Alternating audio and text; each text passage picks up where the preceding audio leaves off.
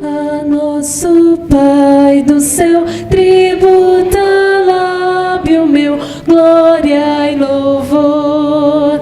A quem seu Filho deu, o qual por nós morreu, a quem me prostro eu, glória ao Senhor. Louvemos ao Senhor, o Santo Redentor, o Rei Jesus. Sua morte me remiu, a mim tão pecador, e assim o céu me abriu, glória a Jesus. Espírito de Deus, mandado por Jesus, louvor a ti. De Cristo grande amor, revela instruído, se meu renovador, louvor a ti. Louvemos com ardor, com gozo e com fervor o Trino Deus, eternamente além, em canto abrasador, Trindade santa, te louvor nos céus.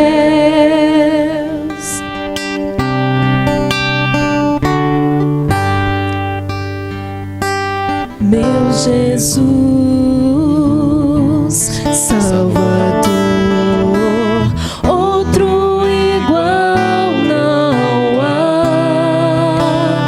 Todos os dias quero louvar as maravilhas de teu amor.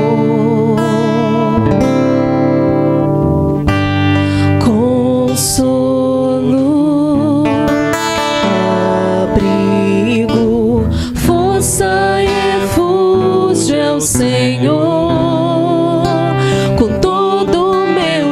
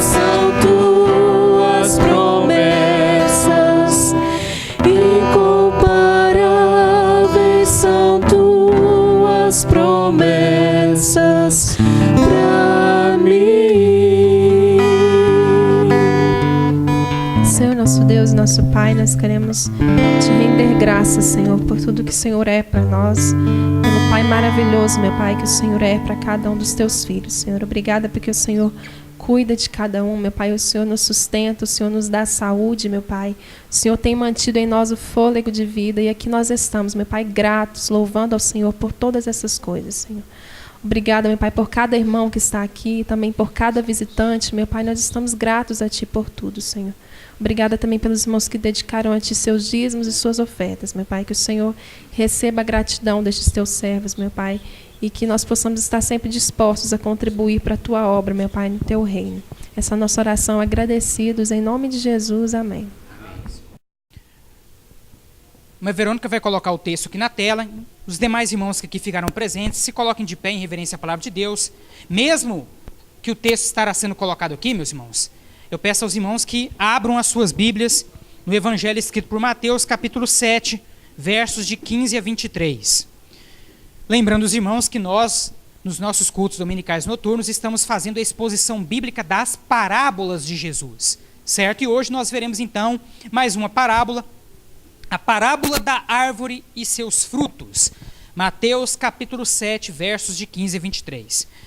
Nós estamos projetando aqui, meus irmãos, mas, como eu já disse e volto a repetir, é imprescindível que os irmãos tragam as suas Bíblias, obviamente, abram elas aí e compartilhem elas com a pessoa que está do seu lado, que porventura não a trouxe. Manusear a Bíblia nos cultos nos dá aí a habilidade necessária e o conhecimento necessário do texto bíblico. Então abra sua Bíblia lá. Evangelho escrito por Mateus, capítulo 7, versos de 15 a 23. A parábola da árvore e seus frutos. Amém? Amém, meus irmãos? A palavra de Deus nos diz assim: acautelai-vos dos falsos profetas, que se vos apresentam disfarçados em ovelhas, mas por dentro são lobos roubadores. Pelos seus frutos os conhecereis. Colhem-se, porventura, uvas dos espinheiros, ou figos dos abrolhos? Assim, toda árvore boa produz bons frutos, porém, a árvore má produz frutos maus. Não pode a árvore boa produzir frutos maus, nem a árvore má produzir frutos bons. Toda árvore que não produz bom fruto é cortada e lançada ao fogo. Assim, pois, pelos seus frutos os conhecereis. Nem todo o que me diz Senhor, Senhor, entrará no reino dos céus, mas aquele que faz a vontade de meu Pai que está nos céus. Muitos naquele dia hão de dizer-me, Senhor, Senhor, porventura não temos nós profetizado em teu nome, e em teu nome não expelimos demônios, e em teu nome não fizemos muitos milagres? Então lhes direi explicitamente, nunca vos conheci, apartai-vos de mim, os que praticais a iniquidade. Feche os seus olhos, curva a sua cabeça, vamos agradecer a Deus pela palavra. Senhor nosso Deus, obrigado, ó Pai, pela palavra do Senhor, que mais uma vez foi lida e na qual nós mais uma vez meditaremos a partir desse momento. Usa-me como instrumento em tuas mãos, a fim, ó Pai, de que a verdade desta palavra possa se tornar, meu Pai, conhecida na vida de cada um dos teus filhos que aqui se fazem presentes. Que o teu Espírito Santo nos ilumine nessa noite e nos dê totais condições de compreender aquilo que as Escrituras Sagradas têm para nos ensinar neste momento. Essa é a oração que fazemos, mais uma vez, agradecidos. Em nome de Jesus. Amém. Os irmãos podem se sentar.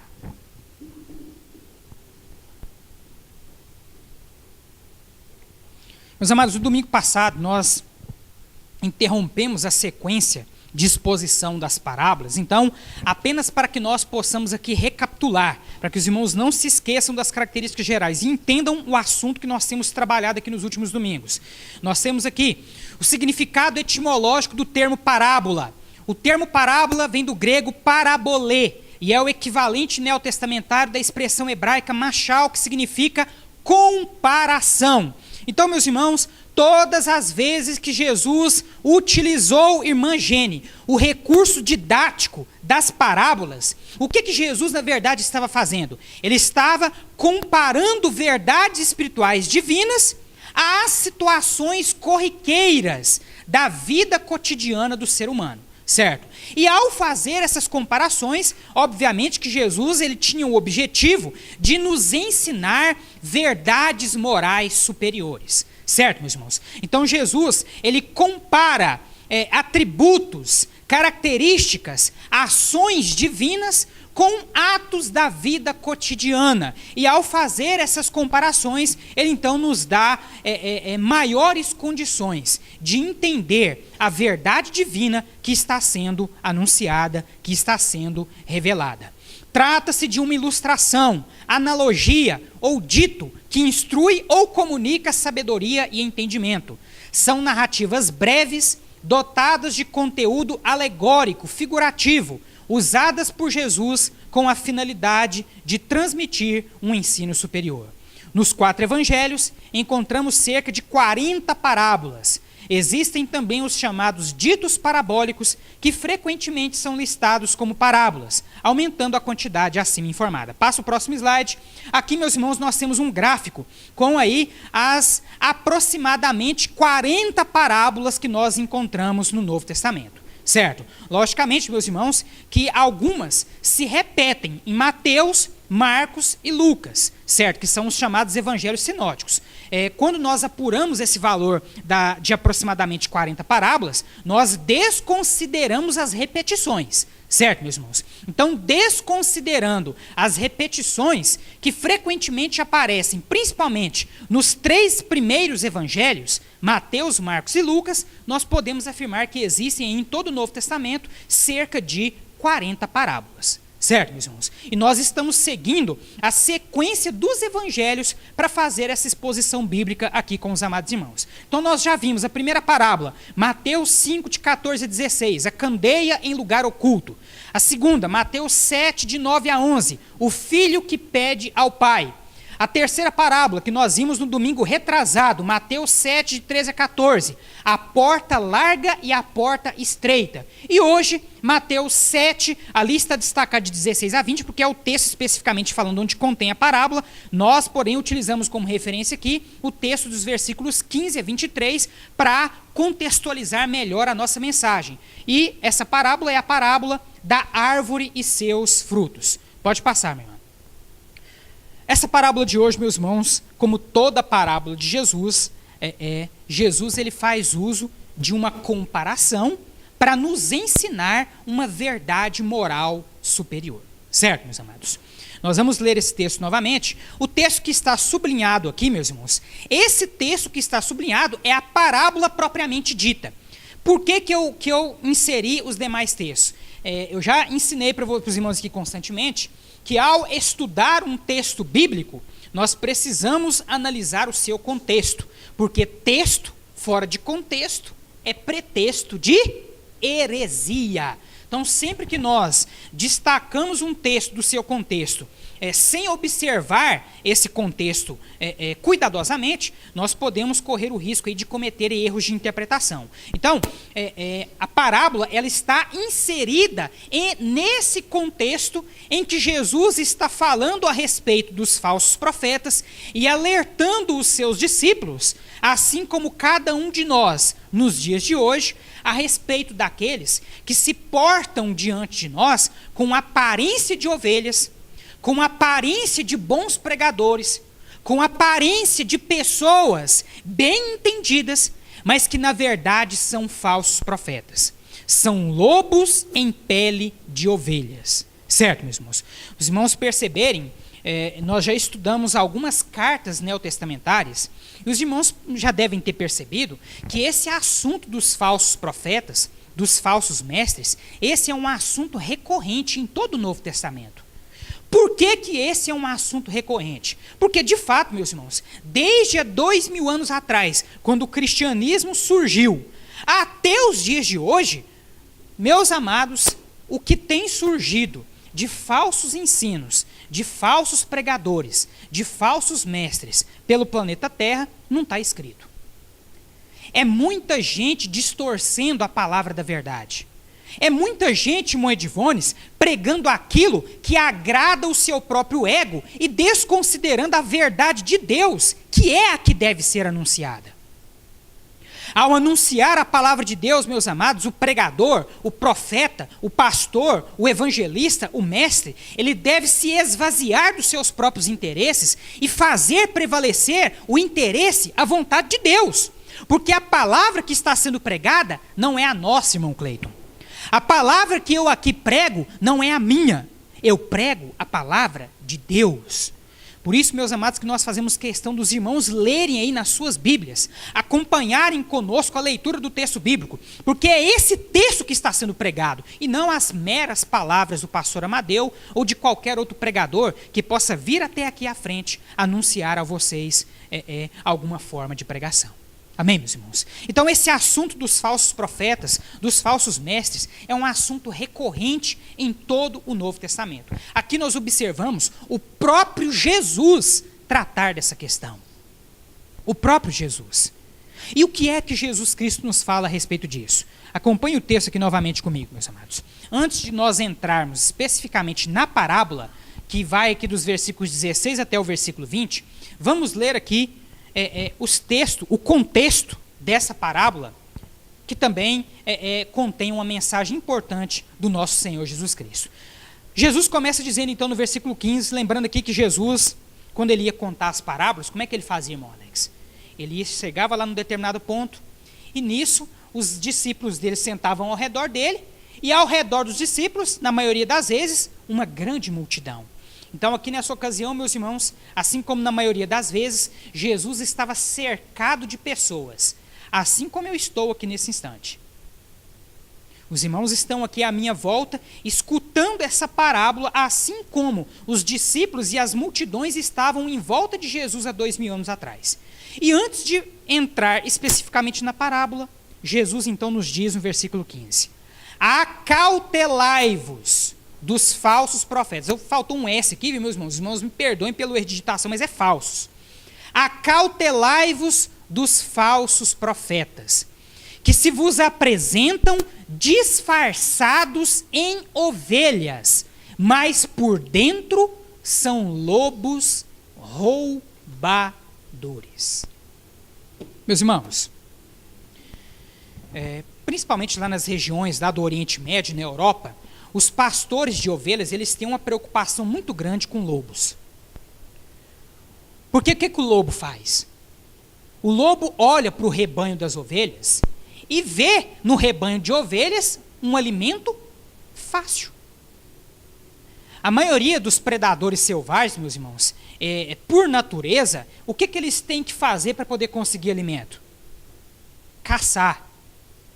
Só que a maioria, meus irmãos, das caças desses predadores, elas são infrutíferas. Eu que gosto muito de canais como Discovery, Animal Planet, Nat Geo, aqueles dentre os irmãos que têm o costume também de acompanhar esses documentários da vida selvagem, uma coisa que esses documentários fazem questão de nos mostrar constantemente é que de cada 10 caçadas que um predador faz, 2 têm sucesso, 8 são frustradas. Ou seja, a tarefa do predador de caçar, irmã Maria de Jesus, não é nada fácil. Então o que acontece com esses predadores? Quando eles estão próximos de um alimento fácil, o que vocês acham que eles vão preferir? Correr atrás de caça ou abocanhar o alimento fácil?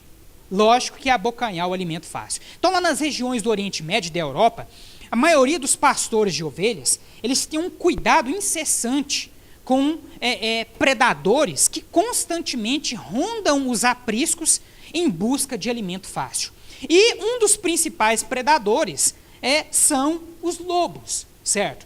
E o lobo, meus irmãos, os lobos, como todo predador, eles desenvolveram uma prática de caça extremamente sutil e dissimulada. Os lobos, eles se aproximam dos rebanhos com uma sutileza tão grande e procurando se disfarçar de tal forma que, se o pastor não ficar de olho e se cercar de todas as formas de vigilância possíveis para evitar que esse animal faça o ataque, ele acaba se confundindo com o rebanho. As ovelhas nem percebem a ameaça e quando se vê, elas já estão ali abocanhadas e perdidas na boca do predador. Então, quando Jesus ele utiliza essa descrição aqui para falar dos falsos profetas, ele está citando algo, irmão Edivones, do cotidiano dele. Como eu disse para os irmãos, nas regiões ali do Oriente Médio e da Europa, é mais do que comum os pastores se cercarem de cães, redobrarem a vigilância em relação a predadores que estão à volta, e um dos principais predadores que ali existem são os lobos, que são extremamente sutis, extremamente dissimulados, se infiltram no meio dos rebanhos quase que imperceptivelmente, e hora que se o pastor não ficar de olho, hora que vê, o que aconteceu? A ovelha já foi abocanhada. Tamanha a sutileza, tamanha a ação dissimulada por parte desses predadores. E aqui Jesus, então, ele utiliza, meus irmãos, essa situação corriqueira, lá da vida do povo lá no Oriente Médio, para descrever os falsos profetas. Jesus diz que os falsos profetas são exatamente iguais a esses lobos. Ou seja, os falsos profetas, irmão Edvones, eles se aproximam do rebanho de forma sutil, de forma dissimulada. Se o pastor não fica de olho, irmão Alex, se nós não ficamos de olho, quando nós nos damos conta, o lobo já está infiltrado. E aí, pode ser tarde demais. Pode ser que uma ovelha seja abocanhada. Os falsos mestres, os falsos pregadores, aqueles que ao invés de se preocupar com a vontade de Deus, se preocupam com a satisfação dos seus próprios interesses, eles não se aproximam do rebanho sincero escancaradamente. Até porque, se eles se aproximassem, irmã Heloísa, escancaradamente, a igreja logo perceberia e faria o quê? Tomaria as providências. Ora, o que vocês acham, meus irmãos? Se as ovelhas lá no rebanho percebessem que o lobo está se aproximando, elas iam ficar lá aguardando ele abocanhar elas? E irmã Maria de Jesus? Lógico que não, meus amados. Lógico que não. Esses hereges, esses falsos pregadores, eles se aproximam de forma sutil, de forma dissimulada. Às vezes, como o próprio Jesus diz aqui, eles se apresentam disfarçados de ovelhas, ou seja, eles têm uma aparência, irmã Diandra, de crentes. Têm uma aparência de crentes. Mas no final das contas, como é que eles se manifestam? Como predadores mortais. Que ao invés de anunciar a verdade de Deus, estão preocupados única e exclusivamente com a satisfação dos seus próprios interesses. Entendido, meus amados? É nesse contexto, então, que Jesus começa a sua parábola. E essa parábola, meus irmãos, Jesus utiliza a comparação com a árvore e seus frutos. Afinal de contas, irmão Cleiton, como é que nós podemos reconhecer esses lobos? Como é que eu sei se o irmão Cleiton é um lobo? E aí, irmão Cleiton? Como é que eu sei se o nosso nobre Cleiton é um lobo ou é uma ovelha de verdade? Como é que eu sei se o Denis é uma ovelha ou um lobo de verdade? Aliás, se o Denis é uma ovelha de verdade ou um lobo, né? Vamos falar lobo de verdade, não, pelo amor de Deus, misericórdia. Como é que eu sei que a irmã Gene é uma ovelha de verdade e não uma loba? Como? Vamos ver então a comparação que Jesus faz? E aqui começa a parábola. Pelos seus frutos os conhecereis. Colhem-se porventura uvas dos espinheiros ou figos dos abrolhos? Então Jesus ele compara aqui, meus irmãos, a ação dos falsos profetas, dos falsos crentes, com as árvores boas e as árvores más. Como é que eu reconheço um bom crente? Assim como eu reconheço uma boa árvore. Como é que eu reconheço uma boa árvore, irmã Diandra? Pelos seus frutos. Se os frutos da árvore são bons, consequentemente a árvore é uma árvore boa. Estão vendo a comparação que Jesus faz?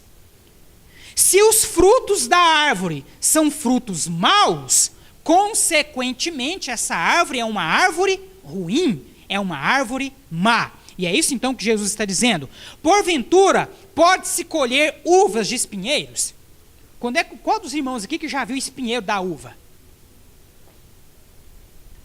Porventura, pode-se colher figos de abrolhos? De maneira nenhuma. A pergunta aqui, meus irmãos, é uma pergunta retórica, ou seja, é uma pergunta para a qual nós já sabemos a resposta. É lógico que não tem como colher uva de espinheiros. É lógico que não tem como colher figos de abrolhos, porque uma árvore não tem nada a ver com fruto. Figos só podem ser colhidos de quê? De figueiras. Uvas só podem ser colhidas de quê? De videiras. E Jesus continua. Assim, toda árvore boa produz bons frutos, porém a árvore má produz frutos maus. Não pode a árvore boa produzir frutos maus, nem a árvore má produzir frutos bons. Toda árvore que não produz bom fruto é cortada e lançada ao fogo. Assim, pois, pelos seus frutos os conhecereis. Então, como é que eu vou saber se o nosso nobre irmão Cleiton Coelho dos Santos é uma ovelha de verdade ou é um lobo? Pelos frutos. Como é que eu vou saber se a nossa irmã Gene é uma ovelha de verdade ou se ela é uma lobinha? Pelos frutos. Como é que eu vou saber, irmão Wilson Delfino, que o senhor é uma boa ovelha e não um péssimo lobo? Pelos seus frutos. É pelos frutos, meus irmãos, que nós conhecemos a árvore. E quando, irmão Edivones, a palavra de Deus fala de frutos, qual que é o conceito bíblico de fruto que nós temos? Quando nós falamos de frutos, meus irmãos, biblicamente falando, os estudiosos cogitam duas questões, fazem duas pontuações em relação a fruto. Primeiramente, aquele que é uma árvore boa, ele se preocupa em transmitir a sua serenidade, o seu cristianismo, o seu aprendizado para outros. Então, uma árvore boa produz também novas boas árvores. Eu constantemente digo aqui para os irmãos que ovelha é que pare ovelha. Ovelha é que gera ovelha. Se lá no curral uma ovelha for infértil, o que o pastor vai fazer com essa ovelha? Churrasco, né, irmão Alex? Exatamente. Exatamente. Toda ovelha, irmã Gene, tem que multiplicar.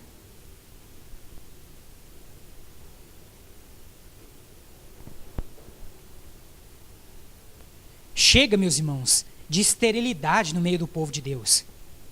Ovelha que é ovelha, multiplica. Ovelha que é ovelha, gera novas ovelhas. E quando a palavra de Deus, meus irmãos, ela nos fala dessa questão do fruto, uma das primeiras pontuações que os estudiosos fazem é justamente essa. A palavra de Deus, meus irmãos, nos diz que aquele que ganha almas, ele é sábio. Ora, se você com o seu cristianismo não tem conseguido impactar a vida das pessoas ao seu redor, alguma coisa está errada, irmão Cleiton. Alguma coisa está errada, irmã Maria de Jesus. Que Jesus é esse que transformou o seu viver, que não está conseguindo transformar outras pessoas através da sua vida.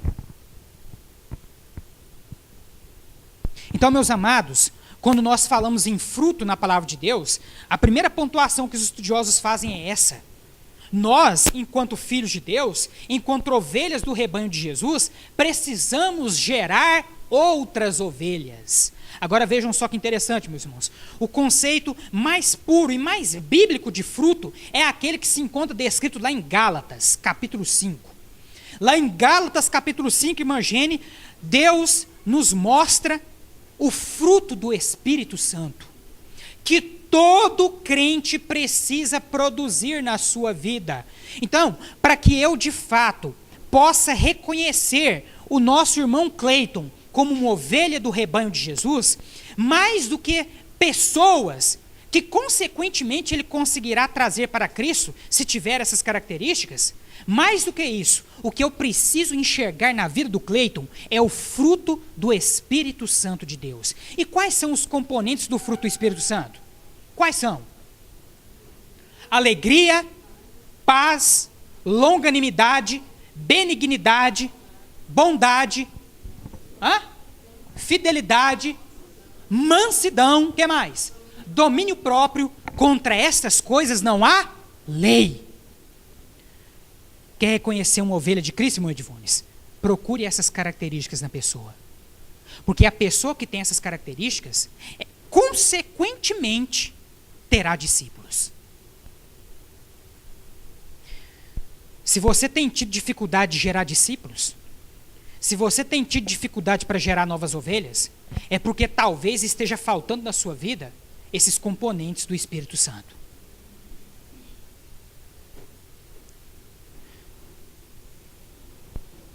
As pessoas lá fora, meus amados, elas precisam olhar para nós como crentes em Cristo e ver em nós, irmã Maria de Jesus, que nós somos pessoas alegres, que nós somos pessoas benignas, que nós somos pessoas longânimas, que nós somos pessoas que têm domínio próprio, né?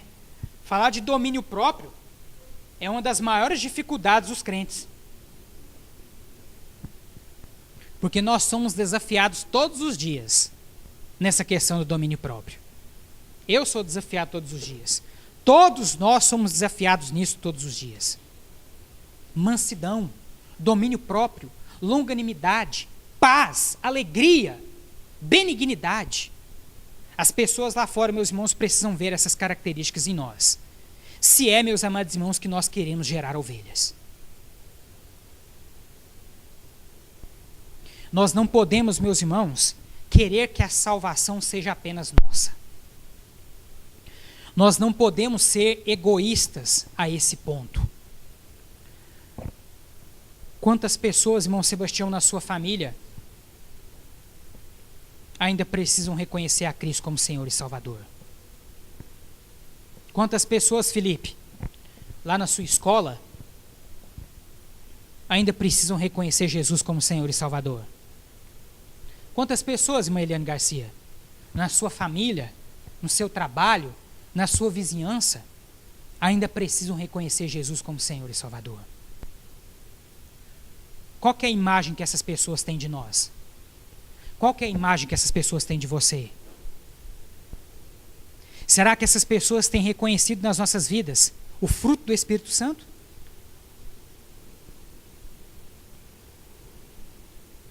Pelos seus frutos os conhecereis. Da mesma forma, meus irmãos, que nós reconhecemos os lobos, que nós reconhecemos os falsos crentes pelos seus maus frutos, nós reconhecemos os bons crentes pelos seus bons frutos. Agora, depois de dizer essa parábola, meus irmãos, Jesus ele continua dizendo, nos trazendo aqui um alerta importantíssimo, ainda nesse contexto, sobre os falsos crentes, sobre os falsos profetas. Veja o que Jesus diz: nem todo o que me diz, Senhor, Senhor, entrará no reino dos céus, mas aquele que faz a vontade de meu Pai que está nos céus. Aqui, meus irmãos, eu tenho que fazer uma explicação para os irmãos. Todas as vezes na Bíblia, meus irmãos, que expressões são duplicadas, ou pelo menos na maioria das vezes, essas duplicações são usadas para denotar um certo grau de intimidade. Um certo grau de intimidade. Então, quando Jesus diz aqui, que nem todo aquele que me diz, Senhor, Senhor, essas pessoas que usam essa duplicidade de termos, de vocativos, Senhor, Senhor, elas estão utilizando esses vocativos duplos para querer demonstrar uma certa intimidade. Então, na maioria das vezes que nas Escrituras Sagradas aparece essa duplicidade de termos, ela denota, em tese, uma certa intimidade da pessoa com aquele a quem ela está chamando. Então vejam bem o que Jesus está dizendo aqui. Nem todo aquele que me diz, Senhor, Senhor, ou seja, nem todo aquele que se aproxima de Jesus com aquela aparência de espiritualidade, com aquela aparência de intimidade, com aquela aparência de comprometimento, com aquela aparência de dedicação, nem todo aquele que comparece diante de Jesus com essa atitude pode ser considerado como um verdadeiro filho de Deus. Nem todo que me diz, Senhor, Senhor, entrará no reino dos céus. E aí Jesus nos diz, quem é que verdadeiramente vai entrar no reino dos céus? Aquele que faz a vontade de meu Pai que está nos céus. O apóstolo João, meus irmãos, já nos disse isso na sua primeira carta, capítulo 2, versículo 4. Nem todo aquele que diz, eu sou de Jesus, e não cumpre os seus mandamentos. Aliás, melhorando aqui o versículo. Todo aquele que diz, eu sou de Jesus, e não cumpre os seus mandamentos, é mentiroso. A verdade não está com ele. Só pode, meus irmãos, de fato, ser considerado como um autêntico filho de Deus, aquele que faz a vontade do Pai que está nos céus. Aquele que é obediente, aquele que cumpre os mandamentos. Somente esse pode ser considerado um verdadeiro filho de Deus. E Jesus, meus irmãos, continua dizendo, olha só o que Jesus diz no versículo 22. Muitos naquele dia hão de dizer-me, Senhor, Senhor, novamente a expressão dupla, novamente a expressão de duplicidade. Então, lembre-se da curiosidade aqui que eu trouxe para os irmãos. Na maioria das vezes que no texto bíblico aparecem expressões duplicadas, essas expressões elas denotam intimidade. Então, Jesus está falando aqui de pessoas que, em tese, se diziam íntimas dele, mas que, na verdade, não são. Muitos naquele dia hão de dizer-me, Senhor, Senhor, porventura não temos nós profetizado em teu nome? E em teu nome não expelimos demônios? E em teu nome não fizemos muitos milagres? Meus amados, esse texto ele é muito importante. Muito importante. Muito importante. Jesus está dizendo aqui que nem todos aqueles que saem por aí fazendo ditos milagres, nem todos aqueles que saem por aí dizendo eu sou íntimo de Deus, nem todos aqueles que aí choram ajoelhados, querendo demonstrar uma intimidade com Deus, e com base nessa falsa intimidade, realizam falsos milagres, expelem falsos demônios. O que mais que eles fazem lá? Profetizam, ou seja, pregam em nome de Jesus. Nem todos aqueles que fazem isso entrarão no reino dos céus.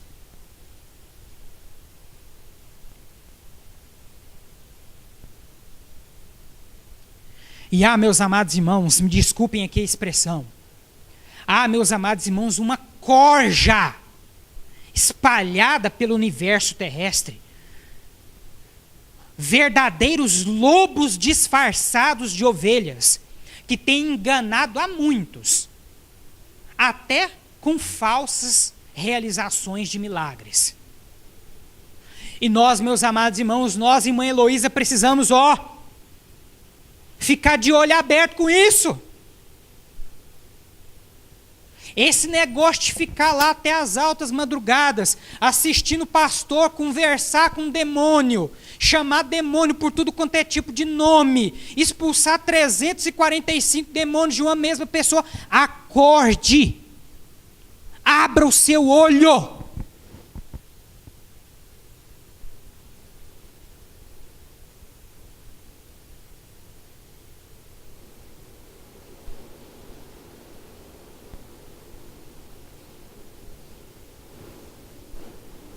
Eu acho engraçado, meus irmãos, que se você desafiar a pessoa a pegar a Bíblia das 10 horas da noite e ficar lendo até mais ou menos umas 3 horas da manhã, logo a pessoa começa a cochilar, começa a esmorecer, logo ela dorme e assim ela se perde. No outro dia você vai perguntar para ela, qual que é a moral do texto que você leu? Ela nem lembra do texto que ela estava lendo.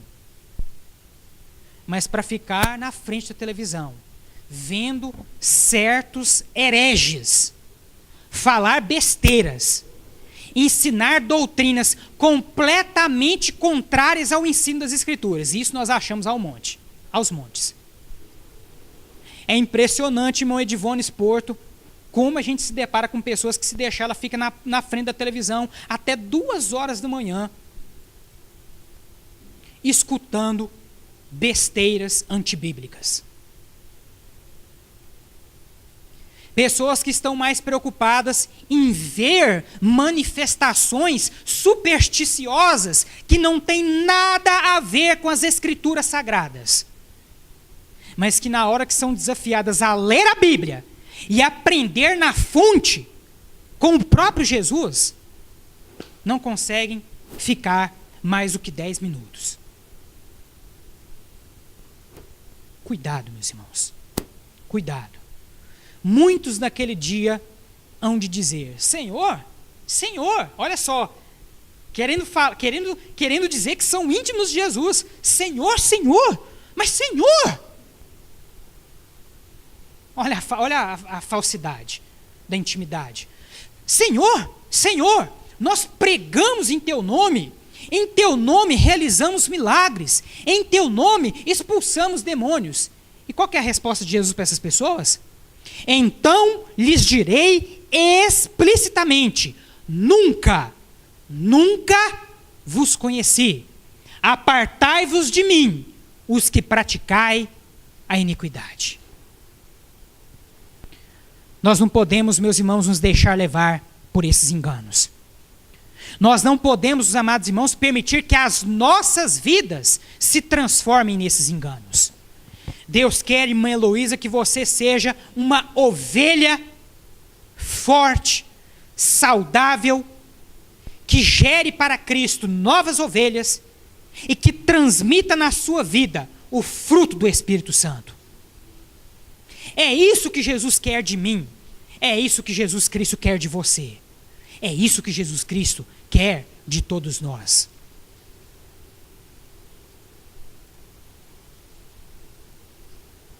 Que nós, meus amados irmãos, não caiamos na conversa dos lobos. E o que ainda seria mais grave, prestem atenção no que eu vou dizer a vocês, prestem atenção, que nós não caiamos na conversa dos lobos, mas o que ainda seria mais grave, que nós não nos transformemos nesses lobos. Porque se nos transformarmos nessas pragas, se nos transformarmos nesses predadores, meus amados, volta para o slide anterior. Toda árvore que não produz bom fruto é cortada e lançada ao fogo. Nunca vos conheci. Apartai-vos de mim, vós que praticais a iniquidade. Amém, meus irmãos? Que nessa noite, meus amados, você possa sair daqui com a convicção de que você, neste rebanho, é uma ovelha e não um lobo. Amém? Feche os seus olhos nesse momento. Senhor nosso Deus, eu quero nesse instante, ó Pai, orar por cada uma dessas ovelhas que o Senhor, meu Pai, tem colocado neste aprisco e dado a mim a responsabilidade de instruí-las, de orientá-las, de alimentá-las, de orar por elas, de vigiar por elas, evitando, ó Pai, que elas caiam nos enganos de tantos lobos e o que ainda seria pior, evitando, ó Pai, que algumas delas se manifestem como estes lobos que o Senhor há muito tempo tem combatido e que nós, os verdadeiros crentes, continuamos a combater na face da terra. Que cada um dos teus pequeninos que aqui estão presentes, ó Pai, possam sair daqui nessa noite conscientes de que são ovelhas frutíferas em teu rebanho. São ovelhas, ó Pai, que manifestam em suas vidas o fruto do Espírito Santo. São ovelhas, ó Pai, que estão preocupadas em gerar novas ovelhas e em combater duramente os falsos ensinos, os falsos profetas, os lobos enganadores que estão espalhados por toda essa terra e que tentam constantemente se infiltrar no nosso meio. A minha oração neste momento, ó Pai, é para pedir ao Senhor que continue guardando e abençoando a vida de cada um destes pequeninos que fazem parte do rebanho do Senhor na Segunda Igreja Batista em Rio Verde. E que o Senhor continue me usando para o louvor da Tua glória, a fim de orientar, alimentar, guiar cada uma dessas ovelhas e livrá-las dos embaraços, dos enganos de tantos e tantos lobos que têm tentado, com todas as suas forças, minar o Teu aprisco, assaltar o Teu aprisco, abocanhar as Tuas ovelhas. Cuida, ó Pai, de cada uma delas. É a oração que eu te faço, mais uma vez agradecido, em nome de Jesus. Amém. Amém, meus amados? Glória a Deus, meus irmãos. Nós estamos encerrando o nosso culto nesse instante. E antes de encerrar, como nós já temos tido o costume, se você tem algum pedido de oração ou algum agradecimento, eu peço que você se coloque de pé no seu lugar nesse momento, que eu vou estar orando pela sua vida mais uma vez. Todos aqueles que têm algum pedido de oração, se você está enfrentando alguma enfermidade, se alguém na sua família está enfrentando alguma enfermidade, se você está enfrentando algum problema na sua família, algum problema profissional, algum problema financeiro, se coloque de pé nesse momento. Coloque o seu clamor diante da presença de Deus. E eu, como pastor dessa igreja, mais uma vez, quero estender as minhas mãos sobre a sua vida, apresentando diante de Deus o seu clamor e o meu clamor nesse momento. Vamos orar. Senhor nosso Deus, cada um destes teus filhos que nesse instante se colocou de pé, está, ó Pai, nesse momento apresentando um clamor diante da tua presença, ou mesmo um agradecimento. Como pastor dessa igreja, meu Pai, eu mais uma vez intercedo por cada um deles. E peço ao Senhor, ó Pai, que concretize na vida de cada um deles os pedidos, os sonhos, os objetivos, os clamores que nesse instante estão sendo apresentados. Mas que acima de tudo, ó Pai, que possa prevalecer na vida de cada um deles a tua boa, agradável e perfeita vontade. Nesse momento, ó Pai, nós oramos por aqueles que estão enfermos, por aqueles que estão enlutados, por aqueles que estão enfrentando problemas familiares, problemas financeiros, problemas profissionais. Que o Senhor, ó Pai, seja o socorro bem presente na vida de cada uma dessas pessoas.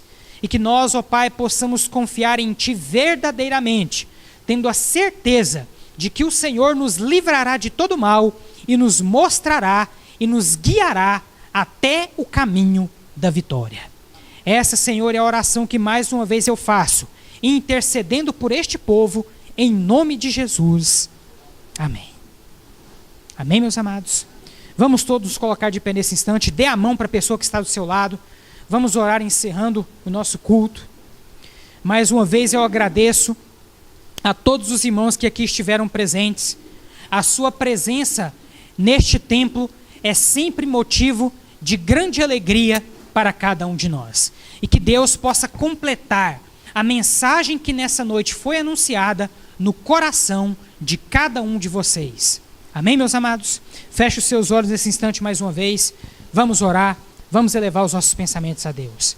Senhor nosso Deus, agradecemos a Ti, ó Pai, por tudo aquilo que vimos e ouvimos nessa noite. Pedimos ao Senhor, meu Pai, que o Teu Espírito Santo complete em nossos corações a mensagem que nessa noite mais uma vez foi pregada. E que o Senhor agora nos leve em paz e em segurança de volta aos nossos lares, e que o Senhor conceda a cada um de nós uma noite de paz e de descanso e uma excelente semana conforme a Tua boa, agradável e perfeita vontade. Que a graça do nosso Senhor e Salvador Jesus Cristo, o amor de Deus nosso Pai e a comunhão do Teu Espírito Santo estejam conosco, hoje e para todo o sempre. Amém.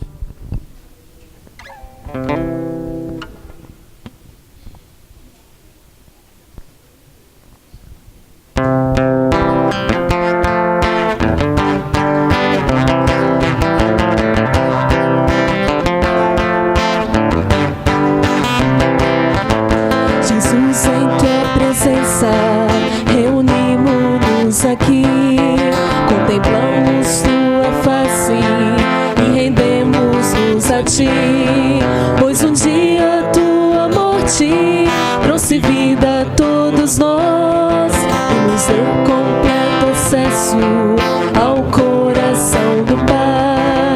Jesus, em tua presença, reunimos-nos aqui, contemplamos tua face e rendemos-nos a ti, pois um dia tua morte trouxe vida a todos nós e nos deu completo acesso ao coração